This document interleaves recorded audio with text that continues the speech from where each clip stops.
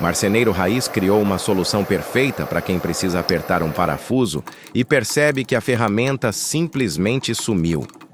Ele olhou para o que tinha ali na bancada e encontrou um material que ninguém valorizava: uma simples tampinha de garrafa PET. E a partir disso, nasceu uma ideia genial e fácil de qualquer pessoa fazer. Ele aqueceu o parafuso, deixou no ponto certo e prensou direto na tampinha. O plástico quente moldou exatamente o formato da cabeça do parafuso, transformando a tampinha em uma ferramenta improvisada, firme e extremamente funcional. Uma daquelas soluções que só quem tem criatividade no sangue pensa na hora. E o mais impressionante é que funciona de verdade.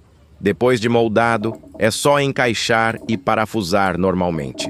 Tudo rápido, barato e sem precisar gastar um centavo.